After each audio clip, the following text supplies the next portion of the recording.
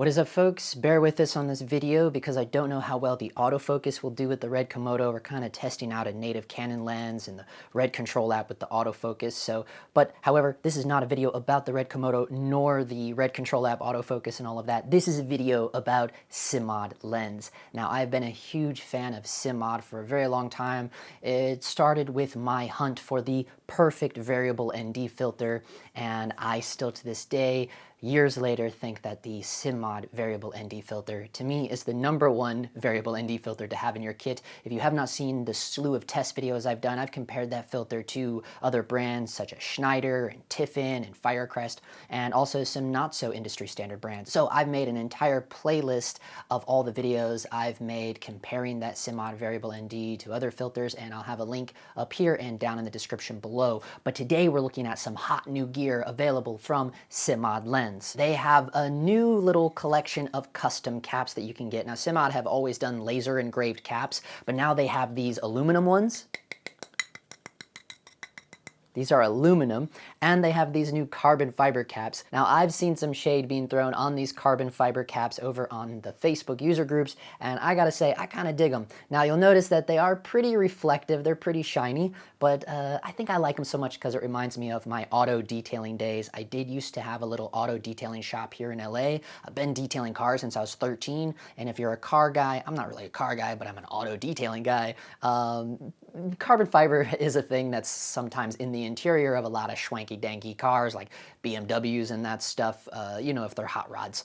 So yeah, I guess that reminds me of that, so maybe that's my you know, my bias towards it, but also now it matches the tripod sticks on my Sockler FSB6, right? Either way, these are some of the cool new custom caps, but I know you didn't come here for that. We today are talking about these SIMtrays, as well as the new Simple Fit follow focus gears. But before we get to the follow focus gears, I want to talk about these SIMtrays because I think these are some of the most rad tools. These are super innovative. No one else has done this yet, not to my knowledge. These are all aluminum, industry standard size, 4x5.65, and this one right here accepts an 82mm size round filter, and this one accepts a 77mm round filter. This is rad, let me tell you why. As you can see, I keep a huge collection of filters. Now, if you're someone like me early on in your cinematography days, you weren't really investing in square glass. I know I wasn't. Back then, a few years back, I didn't fully even understand the real reasons why to use matte boxes, let alone square filters, right?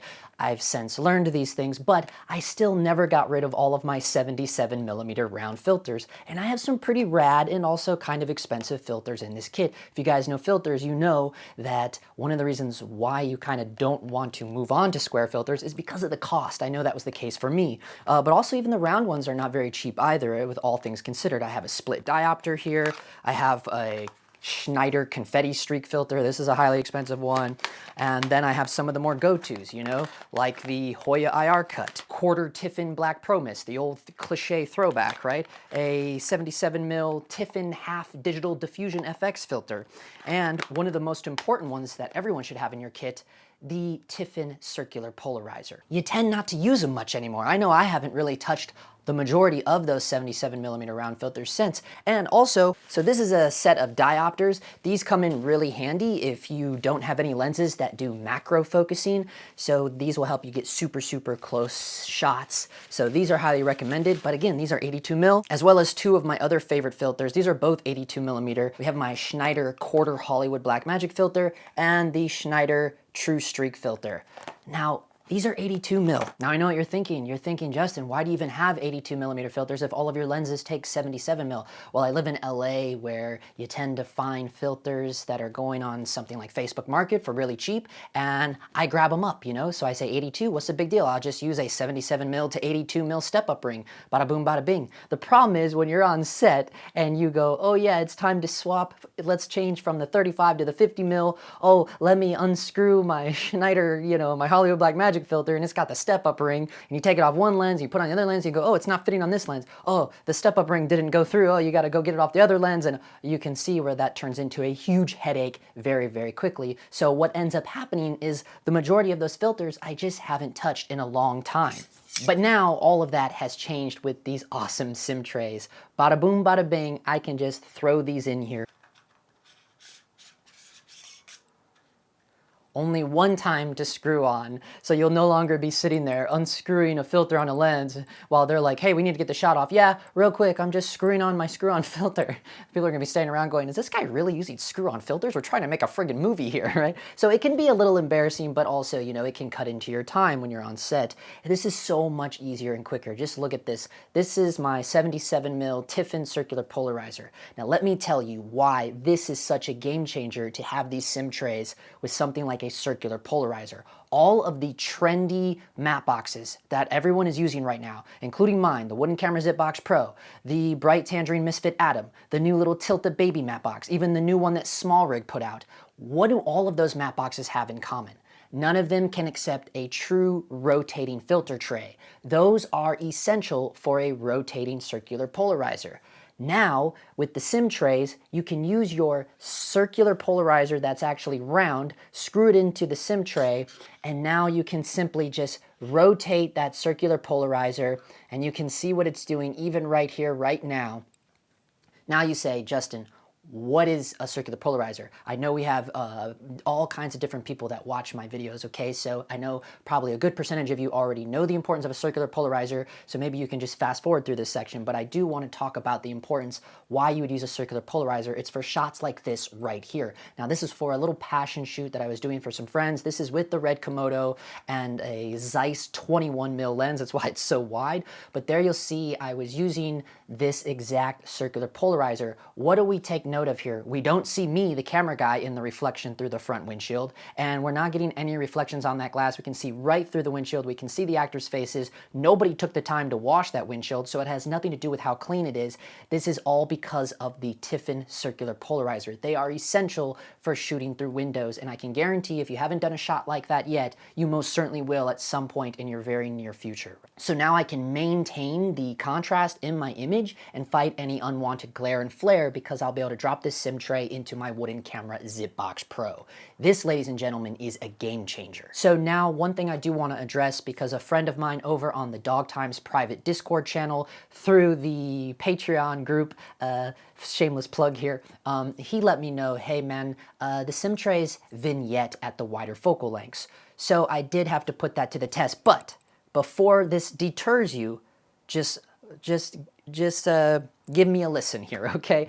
Now, when I first heard that, my first initial response was like, oh, no bueno. That's literally what I said, no bueno, right?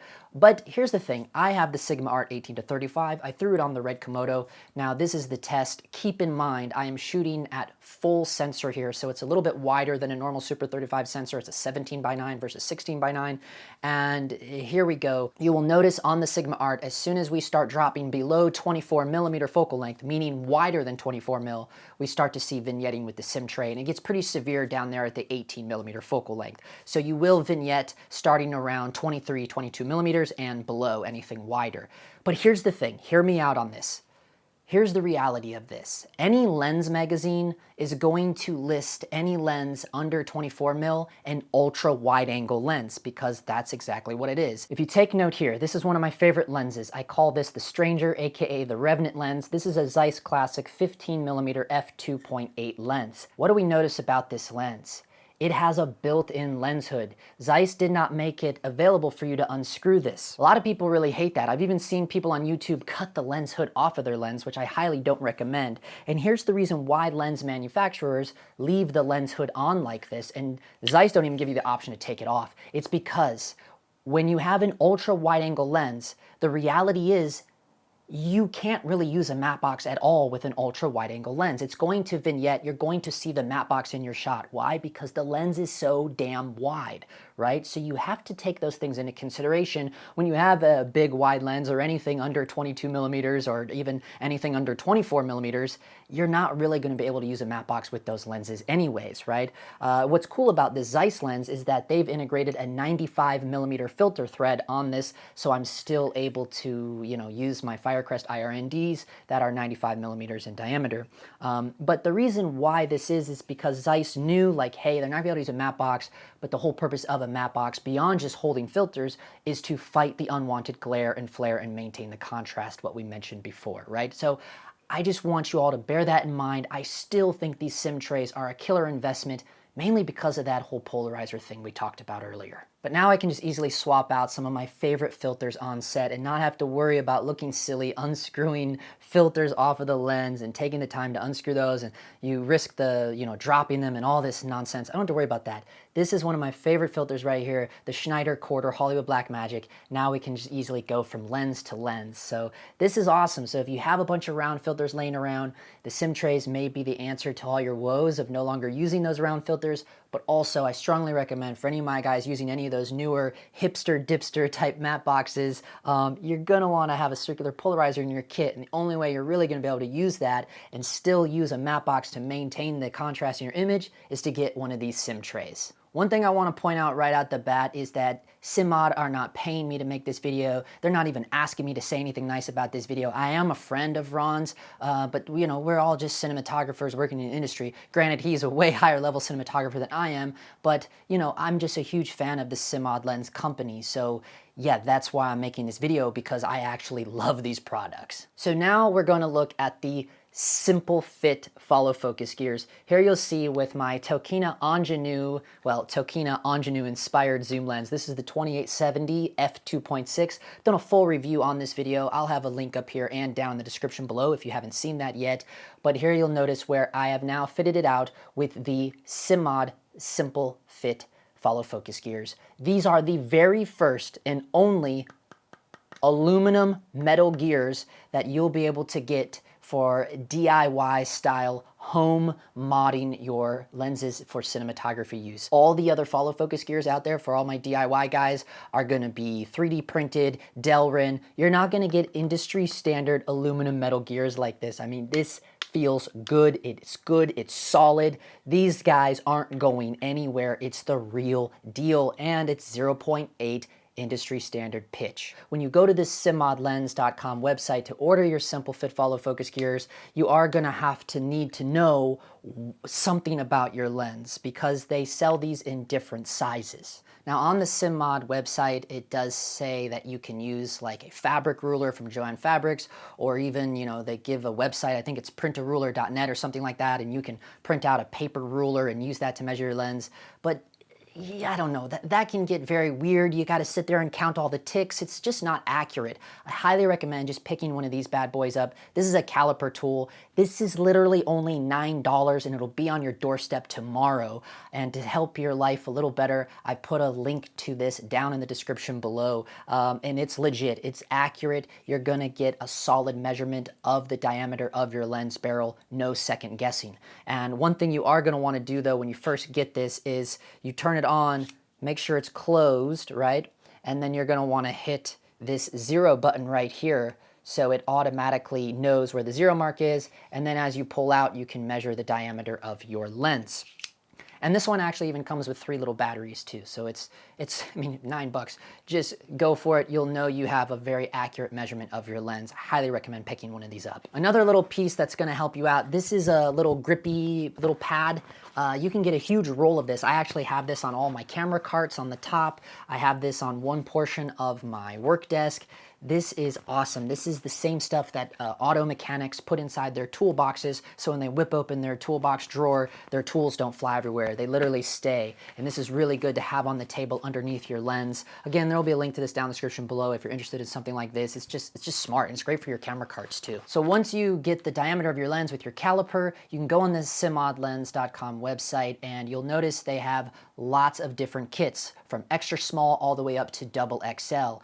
So whatever your caliper is telling you the size of your lens it is, then you will know what kit you need to buy. And then you'll get one of these little awesome kits at your door, and in there, Ron's included some cool stuff. So you get some shim tape. That's if you need a really super tight fit. If it's just a little loose, I did not encounter that at all, but you never know. You also get one of these. Now this is the actual metal gear. Like I said, these are hardcore. These are the real deal, folks. And then you're gonna get a bunch of these. These are the little round rubber inserts, and you will know which one to pick because each one is labeled by their diameter, how many millimeters they are. Now, as you'll see here from this overhead shot of me modding out my Ingenue lens, you'll notice that you just insert those little rubber inserts, much like how you would put an inner tube inside of a tire, right? Now, one super important thing that you should know that everyone has kind of already been talking about. They talk about on the Simmod website. Our friend Mark Holtz talked about it in his video, but it's super important to put your lens at infinity. I'm gonna go a step above here and talk about this because this is something I've known since film school. They always taught us anytime we're traveling with our lenses or we put them away in the dry cabinet, or you're, especially if you're flying or you're shipping your lenses somewhere, maybe to Simmod to get them professionally modded out, whatever the deal is, anytime you put your lens in a case or put it away, I think, or it was taught to us anyways, and I've adopted this practice, is I always set my lens to infinity. I always put my aperture wide open, and if it's a zoom lens, I set it at its widest focal length. The reason for that is now all the optics inside are going to be perfectly rested. Nothing's going to be, it's just better for transportation just to have all your optics in a nice resting position. So set it to infinity, set your aperture wide open, and if it's a zoom lens, set it to its widest focal length. You're just going to be for the safest measure there. And definitely when you're putting any pressure on these things, for instance, when you're applying a focus gear, you're definitely going to make sure that your focus barrel stays at infinity. Now, depending on your lens, if you have some crazy lens like this, I definitely did not pick the right lens for a demo, I'll tell you that much. This old vintage lens was a beast for a number of different reasons we'll talk about here in a minute. But the biggest reason is because this old lens has an autofocus manual focus clutch. You see that? It's just a clutch mechanism for autofocus to manual focus. And that was kind of a pain in the butt when I'm trying to mod this thing. So it tended to want to move up and down. And so I just kind of always kept one thumb on the lens barrel, keeping it at infinity while I was kind of baby. And that's one thing, you gotta have patience and you just gotta kind of, push it down. When it came to this bad boy on the other end for the zoom barrel, this thing went on in like 10 seconds, no joke. But for whatever reason, this one up here, I was having a lot of trouble with it. And primarily it's because there's a lot of lips. There's like a double lip on this lens. So that was an issue, and the rubber grip. Now this might be something you encounter with your old vintage lens as well. I know, for instance, my old Hollywood contact Zeiss, the 28mm f2, it had a very loose rubber grip as well. And when you tend to want to put a follow focus gear on there, the rubber grip starts bunching up because it was really getting on my nerves. And at first I just took it off. I was like, I don't want to deal with this. And when I sent my first picture of it to Ron, he was like, why is the rubber grip off? So he convinced me to, do it over and put the rubber grip back on, just because, well, not only does it look better, but it will help protect your lens from dust and any outside stuff, because there are some exposed screws underneath this rubber, right? So you can either put a little strip of super glue under there or use some good strong double stick tape. And once I did that, that prevented that from bunching up, and then I was able to get this focus gear on there a whole lot easier. Now, if you do have this same lens, this is the Mark I version of the Tokina 28-70 f2.6 zoom lens. The focus barrel is a double XL and the zoom barrel is an XL. So this is a big beast of a lens, but you'll see there where it looks really cool now. It's super beautiful. I even have my my Simmod aluminum cap on there. I really love it. I love the way it looks, and I love that they're metal. I think that's really rad that you can DIY this yourself. And again, that's, as far as I know and as far as anyone knows, these aluminum metal follow focus gears for DIY guys for modding at home, and the SIMtrays, this has never been done before up until now, thanks to Simmod Lens. So there you have it, folks. If you're interested in any of the stuff that I showed today, again, you should hop on over there to simmodlens.com. There's a link down in the description below. Just join any of the Facebook groups. Look out for Ron on Instagram or Facebook. He's everywhere. He's the owner, and he is super interactive with people. He's even been showing demos on Facebook of how to change the mounts on your vintage lenses. So he's a real deal, and he's a real person, and he's super cool and relatable. And yeah, there's nothing corporate about him at all, which is really rad, which is really in line with Dog Times production. So as always, thanks for watching, and yeah, we will see you in the next one.